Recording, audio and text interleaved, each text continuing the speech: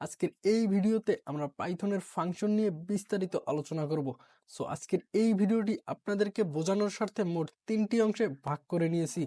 প্রথম অংশে আমরা আলোচনা করব ফাংশন কি বা ফাংশন কাকে বলে কিংবা ফাংশনকে আমরা কিভাবে চিনব। দ্বিতীয় অংশে আমরা ফাংশন কয়টি এবং কি কি তা নিয়ে বিস্তারিত আলোচনা করব এবং সর্বশেষ তৃতীয় অংশে আমরা প্র্যাকটিক্যালি দেখব কিভাবে ফাংশন ইউজ করব এবং কেন ফাংশন ইউজ করব।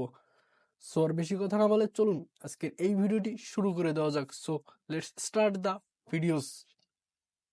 এখান থেকে সর্বপ্রথম আমরা পাইচার্মটি ওপেন করব। তো পাইচার্মটি ওপেন হয়ে গেলে এখান থেকে আমরা ফাইলে যাব, ফাইলে যাওয়ার পর হচ্ছে নিউ অপশনে যাব। এরপর হচ্ছে আমরা পাইথন ফাইল সিলেক্ট করে আমরা নতুন একটা ফাইল ক্রিয়েট করে নেব। সো আমার এখানে একটা নতুন ফাইল তৈরি করা আছে, এই জন্য আমি আর নতুন ফাইল তৈরি করলাম না। সো ফাংশনটি হচ্ছে একটি বড় প্রোগ্রামের স্বাধীন ক্ষুদ্রতম একটি অংশ, অর্থাৎ বড় একটি প্রোগ্রামের ক্ষুদ্র ক্ষুদ্র অংশই কিন্তু এক একটি ফাংশন। সো আমরা জানি যে ফাংশন হচ্ছে দুই প্রকারের হয়, একটা হচ্ছে লাইব্রেরি ফাংশন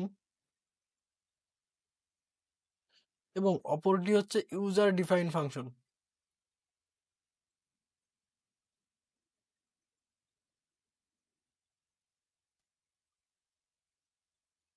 সো এই লাইব্রেরি ফাংশনটা হচ্ছে ডেভেলপার কর্তৃক পূর্ব থেকেই নির্ধারিত যেই ফাংশনগুলো তৈরি করা থাকে তাকেই মূলত লাইব্রেরি ফাংশন বলা হয়। অর্থাৎ পাইথনের যে ডেভেলপার আছে তারা আগে থেকেই যেই ফাংশনগুলো তৈরি করছে এবং ওই ফাংশনগুলো আমরা ব্যবহার করি তাকেই কিন্তু লাইব্রেরি ফাংশন বলে। পাইথনে অনেক লাইব্রেরি ফাংশন রয়েছে, এর মধ্যে সাপোজ ধরুন হচ্ছে প্রিন্ট একটা লাইব্রেরি ফাংশন। এরপরে আপনি হচ্ছে ইনপুট একটি লাইব্রেরি ফাংশন, দেন হচ্ছে রাউন্ড একটি লাইব্রেরি ফাংশন। অসংখ্য এরকম অসংখ্য কিন্তু লাইব্রেরি ফাংশন রয়েছে। সো ফাংশন চেনার সবচেয়ে সহজ উপায় হচ্ছে প্রত্যেকটি ফাংশনের পরেই কিন্তু এই যে এরকম একটি ফার্স্ট ব্র্যাকেট থাকবে, যাকে আমরা প্রোগ্রামিং এর ভাষায় প্যারেনথেসিস বলে থাকি। সো সো এই যে প্রথমে একটা ফার্স্ট ব্র্যাকেট বা প্যারেনথেসিস দেখে কিন্তু আমরা খুব সহজে একটি ফাংশন চিহ্নিত করতে পারবো এবং এই ফার্স্ট ব্র্যাকেটের মধ্যে যে মান বা ভ্যালু থাকবে তাকে আমরা প্যারামিটার বলবো। তো এই যে ফার্স্ট ব্র্যাকেটের এর মধ্যে যদি আমি ভ্যালু হিসেবে 50 দেই, এটাও কিন্তু একটা প্যারামিটার, বা এখানে এ বি সি যা ইচ্ছা তাই থাকতে পারে, তবে ফার্স্ট ব্র্যাকেটের মধ্যে যা থাকবে সেটাই হবে প্যারামিটার। দেন এরপরে আছে হচ্ছে ইউজার ডিফাইন ফাংশন। তো এই ইউজার ডিফাইন ফাংশনটা হচ্ছে আমরা আমাদের নিজেদের কাজের প্রয়োজন অনুযায়ী যেই ফাংশনগুলো তৈরি করে থাকি বা যেই ফাংশনগুলো আমরা ব্যবহার করে থাকি সেই ফাংশনগুলোকেই মূলত ইউজার ডিফাইন ফাংশন বলা হয়। সো ইউজার ডিফাইন ফাংশন যে কোনো কিছু হতে পারে, আমরা আমাদের কাজের প্রয়োজন অনুযায়ী যেই ফাংশনগুলো ব্যবহার করি বা যেই ফাংশনগুলো তৈরি করে থাকি সেই ফাংশনগুলোকেই মূলত ইউজার ডিফাইন ফাংশন বলা হয়। দেন এখন আমি আপনাদেরকে প্র্যাকটিক্যালি দেখাবো কিভাবে আমরা একটা ফাংশন তৈরি করব বা কিভাবে একটা ফাংশন ইউজ করব এবং কেন, কোন কারণগুলোর জন্য আমরা এই ফাংশন ব্যবহার করব। সো এই জিনিসটা আপনাদেরকে বোঝানোর জন্য আমি সিম্পল একটা উদাহরণ দিচ্ছি। মনে করুন যে আমি দুইটি সংখ্যার যোগফল বের করব। সো এখানে আমরা এ ইকুয়াল একটা মান দিলাম, ধরুন এ ইকুয়াল 40 এবং বি ইকুয়াল আমি হচ্ছে 20 দিয়ে দিলাম। সো এই যে দুইটি সংখ্যা আছে এ এবং বি, এই দুইটি সংখ্যার আমি যোগফল বের করব। সো এর জন্য আমি সিম্পলি এখন কি লিখবো, যে সাম ইকুয়াল এ যোগ বি, এবং এই এখন আমি সামটাকে প্রিন্ট করব। এর জন্য এখানে লিখবো যে হচ্ছে প্রিন্ট প্যারেনথেসিস দিয়ে এর ভিতরে লিখবো সাম। সো এখন যদি আমি রান অপশনে ক্লিক করি তাহলে কিন্তু আমার আউটপুটটা এখানে দেখতে পাচ্ছেন যে 70 চলে আসবে। সো এটা একটা সিম্পল বিষয়, এটা আমরা কম বেশি সবাই জানি। সো এখন যদি আমরা আরো দুইটি সংখ্যার যোগফল বের করতে চাই তাহলে কিন্তু এই সেম জিনিসটা আমাদেরকে আবার টাইপ করতে হবে। সো আমি এই সেম টাইপটা আবারও করতেছি। জাস্ট আমি এখানে মানগুলো একটু চেঞ্জ করে দিচ্ছি। আমি বির মান দিলাম 50 এবং এর মান এখান থেকে আমি 60 দিয়ে দিলাম। So, এখন যদি আমি রান অপশনে ক্লিক করি তাহলে কিন্তু এইখানে দেখতে পারবেন যে হচ্ছে দুইটি আউটপুট আসবে। প্রথম যেটা আমরা আউটপুট করব ওটা হচ্ছে 70 এবং দ্বিতীয় যেটা আউটপুট ওটা হবে 110। সো এখন যদি আমরা আরো দুইটি সংখ্যার যোগফল বের করতে চাই তাহলে কিন্তু এই সেম কোডটা আমাদেরকে আবারও টাইপ করা লাগবে। সো এই যে আমরা একই কোড বারবার রিইউজ করতেছি, সো এই কাজটা কিন্তু আমরা চাইলেই ফাংশনের মাধ্যমে জাস্ট একবার এই কোডটা টাইপ করে কিন্তু ওই কোডটাকে আমরা রিইউজ করে একাধিকবার কিন্তু ওই আউটপুটটা আমরা পেতে পারি। অর্থাৎ আমরা জাস্ট একবার শুধু এই কোডটা টাইপ করব এবং ওই কোডটাকে রিইউজ করে এক অসংখ্যবার কিন্তু আমরা আউটপুট দেখতে পারবো। অর্থাৎ ফাংশনের মূল কাজই হচ্ছে যে একটি কোডকে একবার টাইপ করার পরে ওই কোডটাকে রিউজ করে একাধিকবার আউটপুট দেয়া। সো আপনাদেরকে আমি বোঝানোর স্বার্থে প্র্যাকটিক্যালি একটি ফাংশন তৈরি করে দেখাচ্ছি। সো আমরা একটি ফাংশন তৈরি করার জন্য জাস্ট এখানে ডিপ দিলাম এবং একটি ফাংশনের নাম দেব। সো আমি ফাংশনের নাম হিসেবে এখানে অ্যাড ইউজ করলাম। সো আপনারা যে কোনো কিছু দিতে পারেন। তো আমি এখন ফাংশন দেওয়ার পরে একটা প্যারেনথেসিস দিব এবং এইখানে যে কোনো দুইটা ভ্যালু দিব। আমি এ বি দিয়ে দিলাম। সো এ বি দেওয়ার পর হচ্ছে এখন একটা স্লাইসিং। সো এখন আমি লিখবো যে সাম সাম ইকুয়াল এ যোগ বি।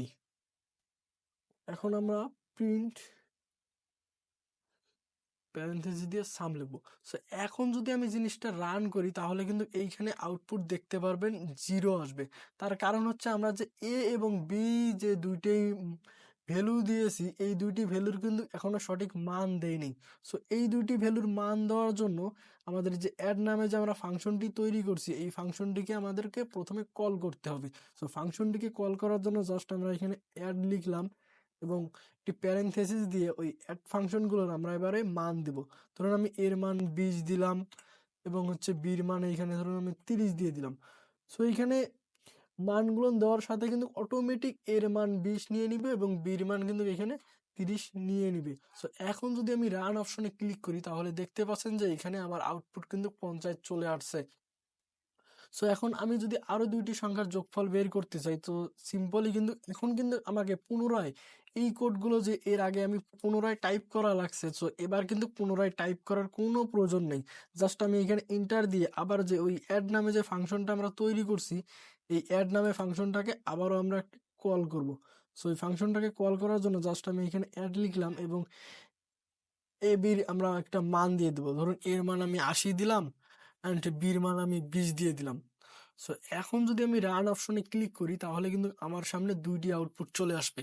প্রথম যেটা আমি দিছি হচ্ছে 20 যোগ 30 50 আউটপুট পেয়ে গেছি এবং পরে যেটা আমি করছি হচ্ছে 80 যোগ 20, এটারও কিন্তু আউটপুট আমি 100 পেয়ে গেছি। সো এখন যদি আমি আরো দুইটি সংখ্যার যোগফল বের করতে চাই তাহলে কিন্তু আবারও আমরা ওই অ্যাড ফাংশনটাকে কল করব। কল করে কিন্তু এ বির মান দিয়ে দিব। ধরুন আমি এখানে 60 দিলাম এবং হচ্ছে 70 দিয়ে দিলাম। তো এখন যদি আমি আবারও রান অপশনে ক্লিক করি তাহলে কিন্তু এখানে দেখতে পারবেন যে আমরা কিন্তু এবারে তিনটি আউটপুট পেয়ে যাব। সো আমরা এখানে কি করলাম, জাস্ট আমরা একবার কিন্তু এই ফাংশনটা তৈরি করলাম এবং এই ফাংশনটাকেই কিন্তু রিইউজ করে আমরা এগুলোর আউটপুট দেখতে পাচ্ছি। এতক্ষণে হয়তো আপনারা বুঝে গেছেন যে ফাংশন ইউজ করার সুবিধাটা কি। সো এখানে দুইটি সংখ্যা না, আপনারা চাইলে তিনটি চারটি সংখ্যারও যোগফল বের করতে পারবেন। সো এখানে যদি আমি তিনটি সংখ্যার যোগফল বের করতে চাই তাহলে আমাদের আরেকটি ফাংশন তৈরি করতে হবে। সো এর জন্য আমি এখানে ডিপ দিলাম এবং আরেকটি ফাংশন তৈরি করলাম যার আমি নাম দিলাম যে হচ্ছে যার নাম আমি এখান থেকে এডিশন দিয়ে দিলাম। এডিশন নামে আমি আরেকটি ফাংশন তৈরি করলাম। এখন আমি একটা মান দিয়ে দিলাম, ধরুন আমি এখানে দিলাম হচ্ছে এক্স ওয়াই এবং জেড ব্যবহার করলাম।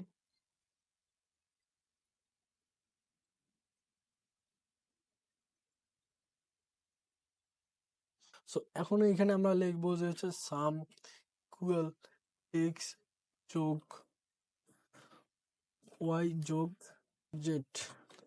এখন আমরা এখানে দিব হচ্ছে প্রিন্ট প্রিন্ট দিয়ে জাস্ট এর ভিতরে সাম লিখে দিলাম। সো এখন আমরা যদি এইখান থেকে রান অপশনে ক্লিক করি তাহলে দেখতে পারবেন এর আগের মতো কিন্তু জাস্ট তিনটি আউটপুটই চলে আসবে। অর্থাৎ আমরা যে এখন তিনটি সংখ্যার যোগফলের জন্য যে একটা ফাংশন তৈরি করলাম, এই এক্স ওয়াই জেড যে ভ্যালুগুলো দিছি, এই ভ্যালুগুলোর কিন্তু এখনো সঠিক মান দেয়নি। সো এই ভ্যালুগুলোর সঠিক মান দেওয়ার জন্য জাস্ট আমাদেরকে এখানে হচ্ছে যে এডিশন নামে যে ফাংশনটা তৈরি করছি, এই এডিশন ফাংশনটাকে কল করতে হবে। সো এর জন্য আমি এখানে লিখলাম যে এডিশন। এখন একটা প্যারেনথেসিস দিয়ে আমরা এক্স ওয়াই জেড এর একটি মান দিয়ে দিব। ধরুন আমি এক্স এর মান 40 দিলাম, জেড এর মান 60 দিলাম এবং হচ্ছে জেড এর মান আমি এখান থেকে 70 দিয়ে দিলাম। সো এখন যদি আমরা এখানে রান অপশনে ক্লিক করি তাহলে কিন্তু আমাদের সামনে সুন্দরভাবে কিন্তু 4টি আউটপুট চলে আসবে। সো এইভাবে কিন্তু আপনারা চাইলেই একবার শুধু একটি ফাংশন তৈরি করে ওই ফাংশনটাকে রিউজ করে কিন্তু একাধিক অসংখ্যবার কিন্তু আমরা আউটপুট পেতে পারবেন। সো আজকের ভিডিও এই পর্যন্তই। প্রোগ্রামিং রিলেটেড কারো কোনো সমস্যা থাকলে আমাদের এই ভিডিওতে একটা কমেন্ট করতে পারেন, এবং ফেসবুক পেজ থেকে দেখে থাকলে ফেসবুক পেজে একটি ইনবক্স করতে পারেন। ইনশাল্লাহ পরবর্তীতে আপনার সমস্যার সমাধান নিয়ে একটা ভিডিও তৈরি করে দেওয়ার চেষ্টা করব। আর হ্যাঁ, এইরকম প্রোগ্রামিং রিলেটেড আরো নতুন নতুন ভিডিও পেতে এখনই আমাদের এই চ্যানেলটি সাবস্ক্রাইব করে পাশে থাকা বেল আইকন বাটনটি প্রেস করে আমাদের পাশেই থাকুন।